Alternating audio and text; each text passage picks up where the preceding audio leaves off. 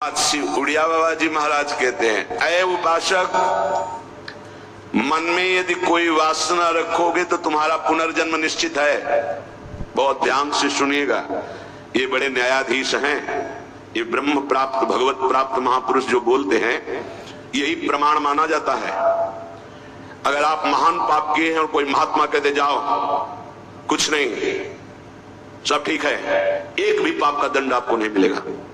सच्ची मानो ना, ये न्यायाधीश हैं, ये बड़े बड़े महापुरुष, इसीलिए इनसे जो लाभ मिलता है वो भगवान से भी बढ़कर लाभ कहा जाता है। क्योंकि भगवान में तो जब पूर्ण शरणागति होती तब हम तो हम सर्वपापेभ्यो मोक्षयिष्यामि मा शुचा, और पूर्ण शरणागति यही महापुरुष जन कराते हैं। एक एक शब्द पर कभी संशय मत करना, ये जीवन का वो सूत्र है जिनके आधार पर बाल्यावस्था से चला गया है। अय उपासक, अय साधक, मन में यदि कोई वासना रखोगे तो पुनर्जन्म तुम्हारा निश्चित हो गया है। होश में हो जाओ। वासना, ये भोग लूं, ये देख लूं, ये चाहत है, इसके सिवा हम नहीं कुछ पसंद करते, इसके बिना हम नहीं जी सकते, ये सब वासना। हिरण में ममता हो गई तो भगवान के पुत्र हैं, भगवान ऋषभदेव जी के पुत्र हैं भरत जी महाराज, अगला जन्म हिरण का हुआ। स्त्री में आसक्ति हो गई पुरंजनी में तो पुरंजन का अगला जन्म स्त्री का हुआ। अगर कोई भी वासना है आपका जन्म होगा, प्रमाण सहित कहते हैं बाबा। प्रार्थना करते हैं कोई वासना रहने न पावे, नहीं तो अगला जन्म हो जाएगा, बड़ा निकृष्ट भी हो सकता है। हम एक बहुत बड़े महात्मा की बात बता रहे हैं, बाबा कह रहे हैं, जब हम राम घाट में रहते थे गंगा की, तो एक बड़े अच्छे महात्मा वहां थे। उन्होंने एक अपनी कुटिया बना रखी थी। एक दिन उनके कोई बड़े धनी मानी भगत आए और सोने की कई मोहरे चरणों में रखी, भेंट में रखी। उन्होंने सोच करके ले लिया कि संत भंडारा करेंगे, और गीता जी के एक बस्ते में बांध कर रख दिया। वस्त्र को आवेष्टित करके ग्रंथ को जब रखा जाता है तो उसे बस्ता कहते हैं।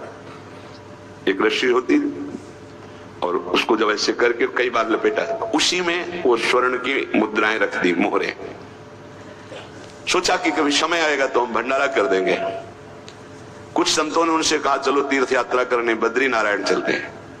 चिंतन में आया कि वो मोहरे रखी है, भंडारा करना था, पर संतों से कह नहीं पाए और चले तो बद्री नारायण नहीं पहुंच पाए, रास्ते में ही प्राण निकल गए। प्राणों का क्या भरोसा, कौन सा कदम आखिरी होगा किसको पता, कौन सी श्वास आखिरी होगी किसको पता। इसलिए बहुत चतुर सुजान वो है कि कोई संकल्प नहीं रहने देते, नहीं रखना चाहिए। चतुर सुजान साधक कल हम ये करेंगे, नहीं नहीं, अगर श्री जी ने चाहा तो कल ऐसा हो जाएगा। शब्दों में बंधना, शब्दों में ही मुक्त होना, संकल्प में ही बंधना और संकल्प से ही मुक्त हो जाना, दोनों बातें हैं।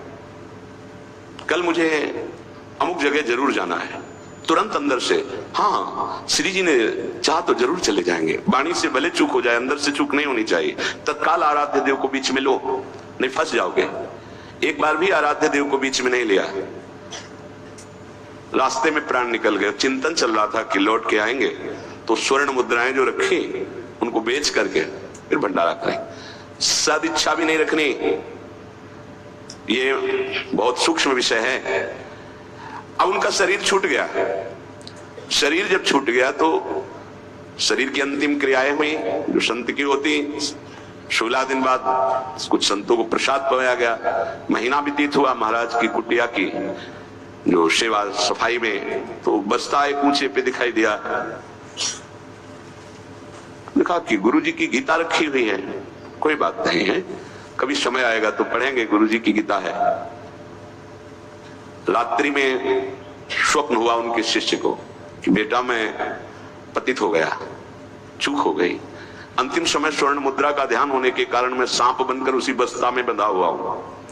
जब तक स्वर्ण मुद्राएं बेचकर संत सेवा नहीं करोगे मुझे सांप की योनि मिली है। पूज्य पादुड़िया बाबा भी वहीं रामघाट में थे। उन्होंने स्वप्न सुनाया कि ऐसा ऐसा गुरुजी का स्वप्न देखा। तो सब संत एकत्रित हुए, सबके सामने जो ही बस्ता खोला गया सही नवीन अवस्था का सर्प फड़काड़ के खड़ा हो गया। स्वप्न सच्चा निकला, क्योंकि वो आदेश हुआ था गुरु जी का, वो एक स्वप्न नहीं था, वो एक आदेश था। इसलिए सब संतों को एकत्रित किया था कि ऐसा कुंडली मारे, फन काढ़े उन्हीं स्वर्ण मुद्रा के ऊपर, वही महात्मा जी क्योंकि स्वप्न में बता चुके थे।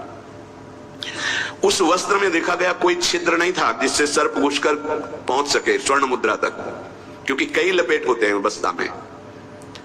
ये देखकर सब महात्मा आश्चर्यचकित हो गए कि भाई थोड़ी सी असावधानी हुई कि स्वर्ण मुद्रा का चिंतन बना तो सर्प होकर के गुरुजी को बैठना पड़ा। उस सर्प को बड़े सम्मान, किसी को कुछ नहीं काटा, कुछ नहीं छेड़ा, उसको बहुत सम्मान से आदर पूर्वक जंगल में जाके दुखी होकर शिष्यों ने छोड़ा और उन मोहरों को बेचा गया। संत भंडारा हुआ, उनकी जो ही वासना की पूर्ति हुई, ये वासना बन गई थी, तो ही शरीर छूटा उनका और अपनी गति को प्राप्त हुए। इसलिए उपासक, ये सद्वासना थी। सद्वासना जब बंधन को प्राप्त करा सकती है तो असद्वासना कौन कौन सी दुर्गति देगी, ये बहुत सूक्ष्म विषय है। एक महात्मा पधार रहे थे तो वृक्ष के नीचे लेटे थे, ऊपर आम का फल था। पके हुए आम के फल में दृष्टि चली गई, अंतिम समय तो उसी में कीड़ा बनकर आम के पेड़ में आए। शिष्य समर्थ थे, उनको ध्यान के द्वारा जब पता चला तो उन्होंने फिर भजन बल से अपने गुरु जी का उद्धार किया। कई बार ऐसा देखा गया है कि शिष्य के द्वारा गुरु को भगवत साक्षात्कार होता है। सुतीक्ष्ण जी को पहले से ठाकुर जी का साक्षात्कार हुआ, साथ लेकर फिर अपने गुरु जी के पास साक्षात्कार करवाने प्रभु को गए। बड़ी महिमा है भजन की। गुरु प्रदत्त भजन से बड़ी सामर्थ्य शिष्यों में जागृत हो जाती है। विश्वास करो, विश्वास करो, बाबा 2 बार कह रहे हैं। जो कह रहे हैं उस पर विश्वास करो, कोई वासना मत रहने दो, ढूंढ ढूंढ करके वासना को नष्ट कर दो। तुमसे ना नष्ट होती हो तो गुरुजनों के सामने रख दो, प्रभु के सामने रख दो, प्रभु इस वासना को नष्ट कर दो। देख लो, भंडारे की वासना ने सांप बना दिया, मृग की वासना ने मृग बना दिया, हिरन बना दिया। हमारी इतनी वासना है, हमारा क्या होगा? कभी विचार किया है अंदर बैठ के? कितनी बाजार लगी वासना की। ये सब वासनाएं कट जाएंगी यदि एक सूत्र रख लो, श्री जी की इच्छा। ऐसा करेंगे, हाँ श्री जी की इच्छा से, अंदर से ऐसा, हाँ प्रिया जी की जैसी इच्छा, वो तुम्हें बांध ही नहीं पाएगी कोई वासना, क्योंकि प्रिया जो प्रधान हो गई है। उपासक प्रभु को भूल जाता है। जब कोई वासना होती तो अपना ऐसा अंधकार पैदा करती है कि प्रभु को भूल जाता है। जैसे भरत जी भूल गए, जिन प्रभु के स्मरण में बाधा ना पड़ जाए, राज रानी राजपुत्र और राज्य का त्याग कर दिया। वही हिरन की बाधा को कैसे स्वीकार कर लिया कि प्रभु का विस्मरण हो रहा, प्रभु की सेवा छूट रही हो, हिरन के दुलार में घूम रहे हैं, हिरन बनना पड़ा। बहुत सावधान।